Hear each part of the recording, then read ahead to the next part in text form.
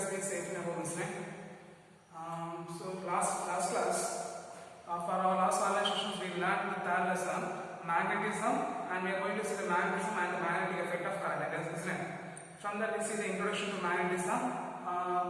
Magnetism is derived from iron ore, magnetate, which means Fe2O3, isn't it? Then we see the properties of magnetism, isn't it? What are the things we see? Magnetic dipole moment, magnetic flux, magnetic field, then properties of magnetic force, then we see the types of bar magnet, then we see the types of magnetic field, isn't it? Types of magnetic field. So first, what is the magnetic dipole moment? The magnetic dipole moment is defined as product of its dipole strength and magnetic length, isn't it? So what is the magnetic dipole moment? The magnetic dipole moment, what is that? The magnetic dipole moment Pm is defined as the product of its pole strength and magnetic length. Product of its pole strength and magnetic length. Product of its pole strength and magnetic length. Then we see the magnetic flux, isn't it? So what is the magnetic flux? The number of magnetic field lines. What is that? The number of magnetic field lines passing through the given area. What is that? The number of magnetic field lines passing through the given area, that's called as a magnetic flux. Then we see the magnetic field. What is the magnetic field? The magnetic field is defined as the force experienced by. What is that? The force experienced by unit pole strength. That's called as a magnetic field. So what is magnetic field? The magnetic field is the force experienced by unit pole strength is called as a magnetic field. Then we see the magnet, isn't it? So naturally we have two forms of magnet. One is a natural magnet and one is an artificial magnet. Natural magnets means cobalt, nickel. These are the examples of natural magnets, and artificial magnet means what is that? The artificial magnets means the man-made magnet. Okay. The man-made magnets, it will be have a regular shape. If it is have a regular shape means, and they having a permanent magnetic property means, that's called as an artificial magnet. Example, when the magnet is in the form of rectangular shape or a cylindrical shape, we call it as a bar magnet, isn't it? Then we see the properties of magnetic field lines. That is one of our important 3-mark question, properties of magnetic field lines. So what is the properties of magnetic field lines here? 4 properties, isn't it? First one is that the magnetic field lines are continuous closed curve, where outside the bar magnet it flows from north pole to south pole, and inside the bar magnet it flows from south pole to north pole. Then second point, the magnetic field lines. What is that? The magnetic field lines never intersect each other. What is that? The magnetic field line never intersect each other. And third point, the direction of magnetic field at any point gives the tangent line drawn gives the direction. The tangent to the line which gives the direction of a magnetic field.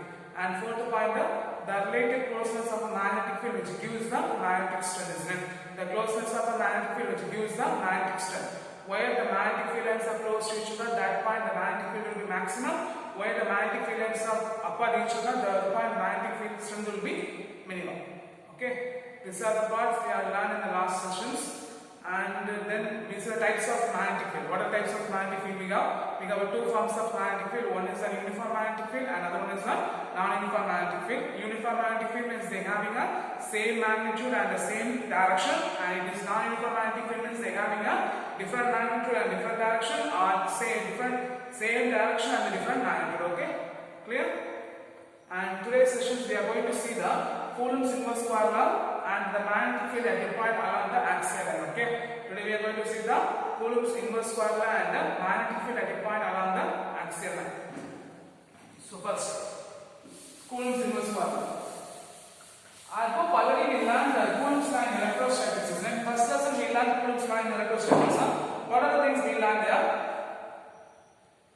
First lesson, the force of attraction or repulsion between any 2 point charges, isn't it?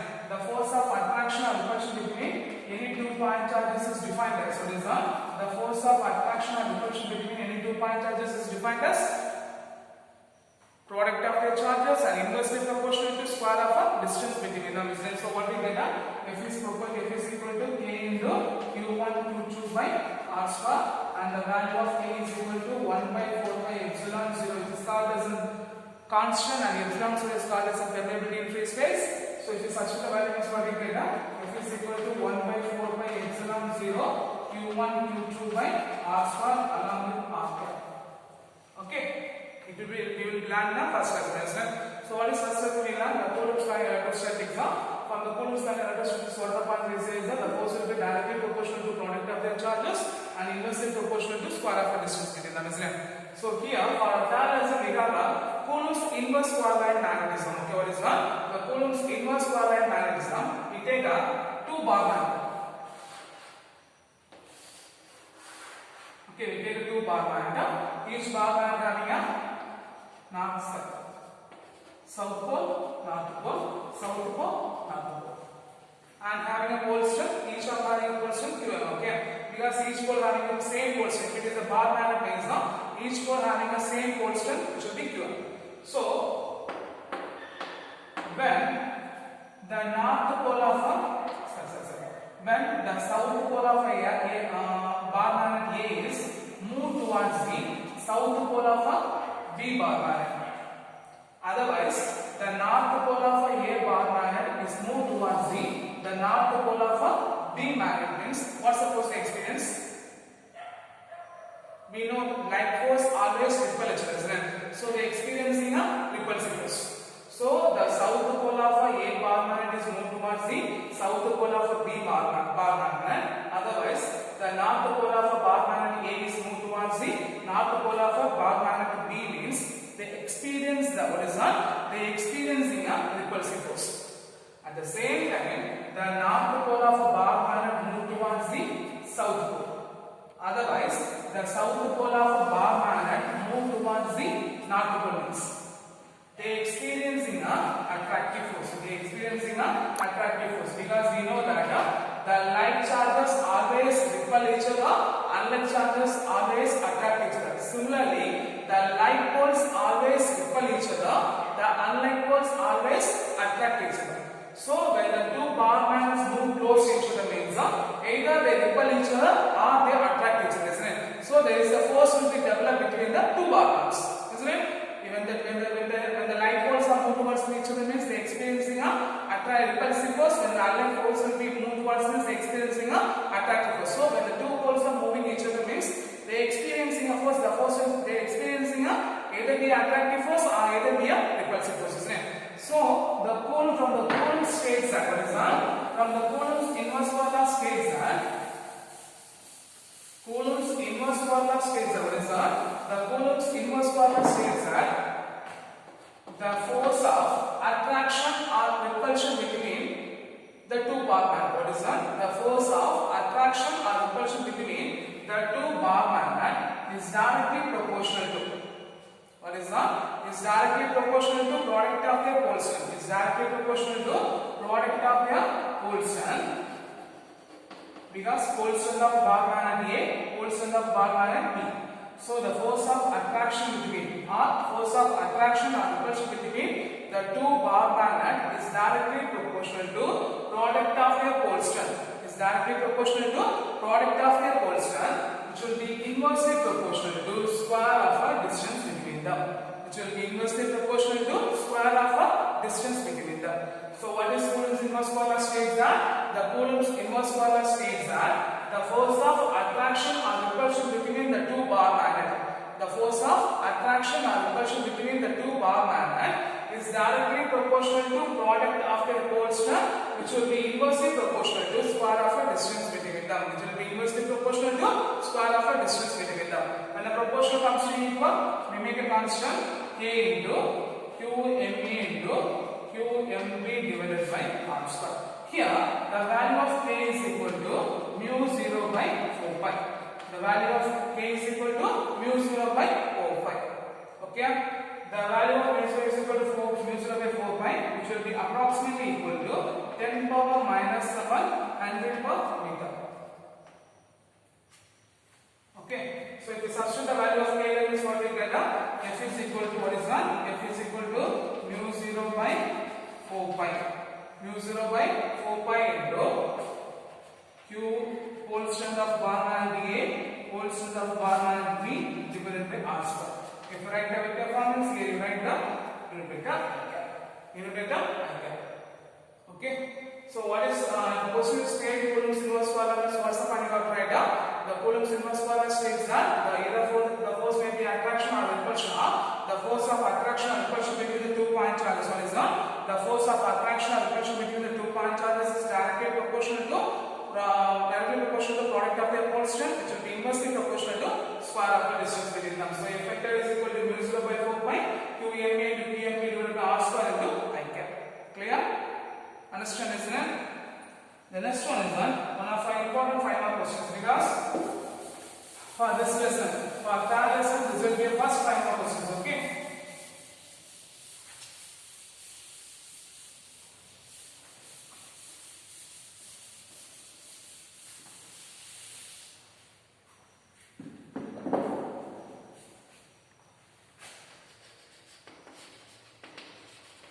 Magnetic field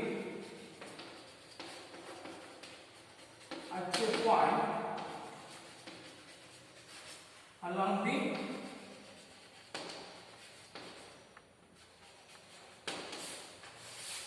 next one of important 5 mark question, the magnetic field at a point along the axial line. Okay, what is that? The magnetic field at a point along the axial line. Consider a bar magnet. What is that? Consider a bar magnet. Okay, yes, yeah, okay. Here x represents what is that? S represents the south pole of a magnet, N represents the north pole of a magnet. S represents the south pole and N represents the north pole. Each pole having a Polston QM. Each pole having a Polston QM separated by distance of magnetic length 2m.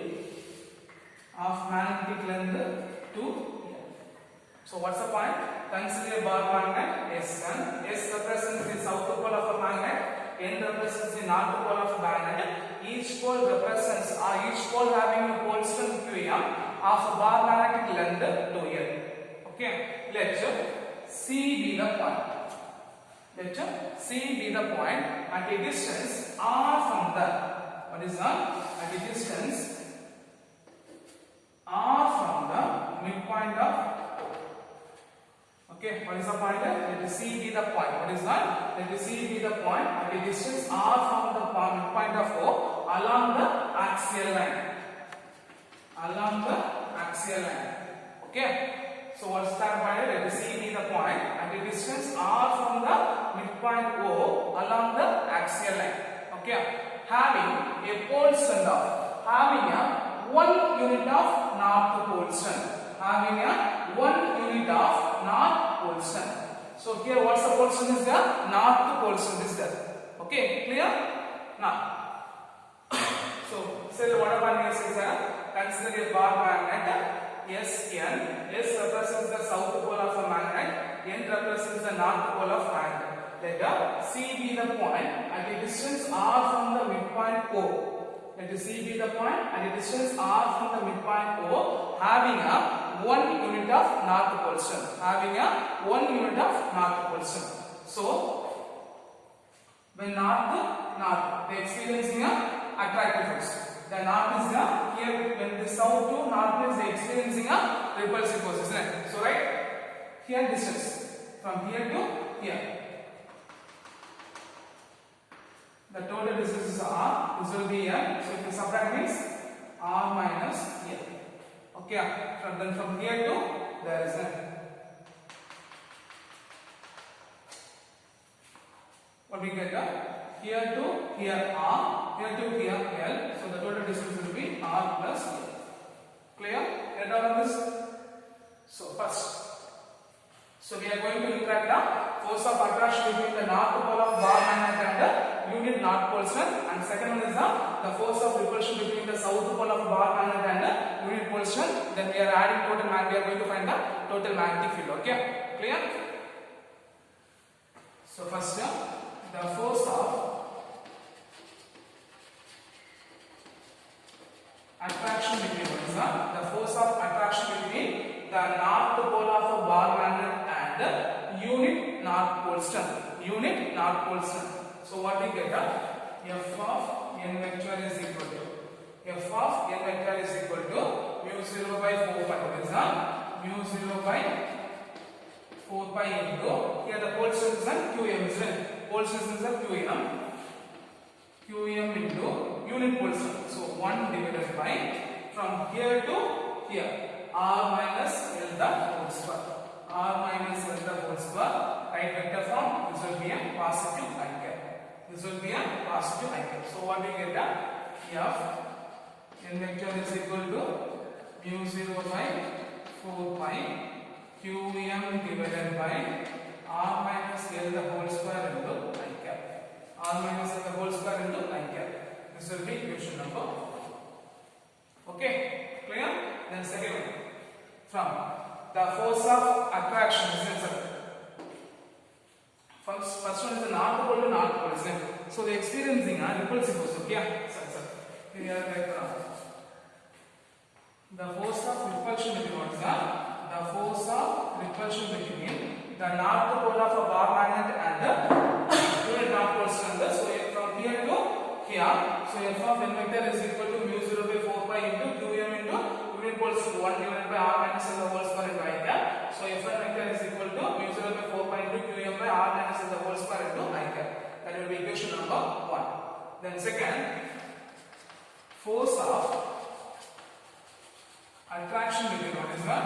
The force of attraction between from south pole of a bar magnet to unit pole strength. From the south pole of a bar magnet to unit pole strength. So what we get f of s vector is equal to f of s vector is equal to mu 0 by 4 pi into qm into unit pole strength. So 1 divided by distance from here to here.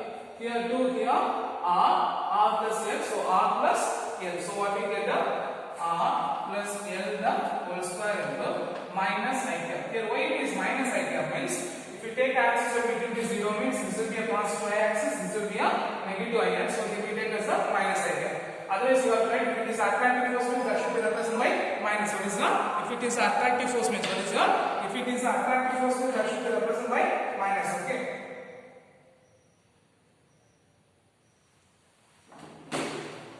Okay. So minus should be represented again means what you get? F plus vector is equal to minus of mu 0 by 4 pi into qm divided by r plus l the whole square into I cap. This will be equation number 2. Okay. So the total force is equal to what you get? F total force is equal to F vector is equal to F n vector plus F s vector. Here the total force which is represented by what is that? The total force is represented by the magnetic field. What is that? The total force is represented by magnetic field. What is that? The total force will be represented by magnetic field. So what we get?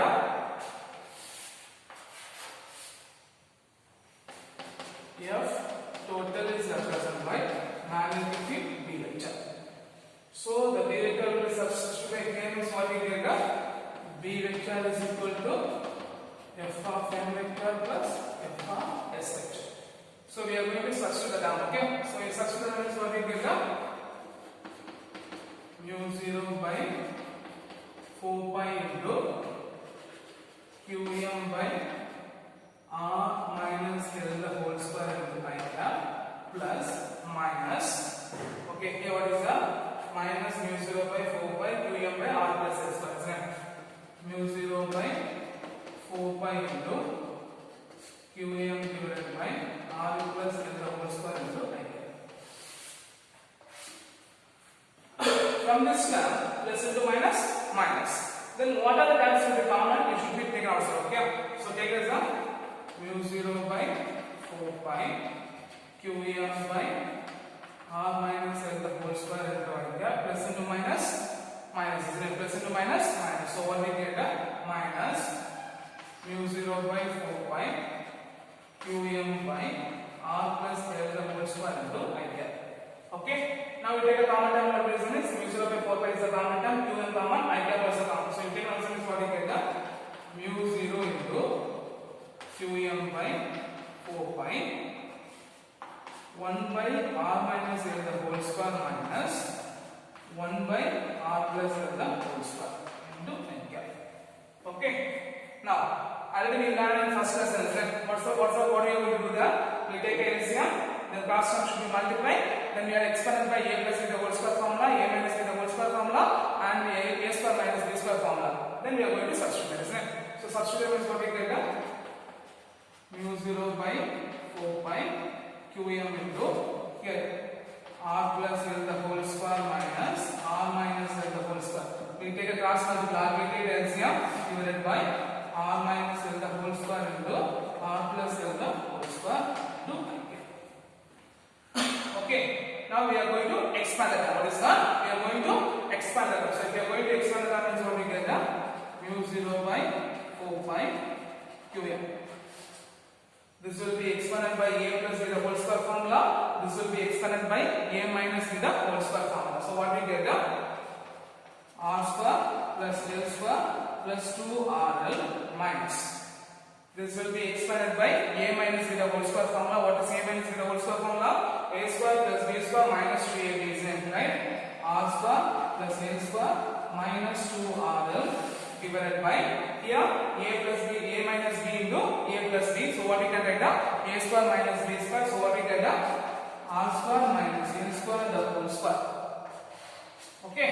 So here a plus b the whole square. Here a plus b the whole square formula. Here a minus b the whole square formula, and this should be multiplied. So r minus l the whole square into r plus l the whole square. So a plus b into a minus b, a square minus b square. So it will be represented by a square minus b square the whole square. Clear? Now the term should be multiplied. This means what we get? B vector is equal to mu 0 qm by 2l into okay. You should be the minus term should be multiplied by incidence, right? So what we get? Minus r square minus l square minus into minus plus 2r, right? R square plus L square plus 2RL. Then we are going to multiply the term. So what we get? Minus R square minus L square. Okay, minus into minus plus 2RL plus 2RL divided by R square minus L square the whole square. So here, what are the common term cancel? Plus R square minus R square cancel, plus L square minus L square cancel, isn't it? Cancel. So what we get? 2R plus 2R, what we get? 2R plus 2R, 4R, isn't it? Right? B vector is equal to mu 0 qm by 2l into. So it's 4 pi.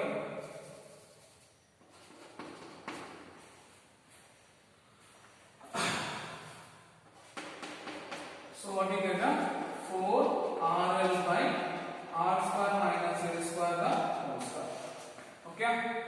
Then the same constant. If R will be greater than L means the term R will be greater than L means the L square can be neglected. What is that? R L square can be neglected.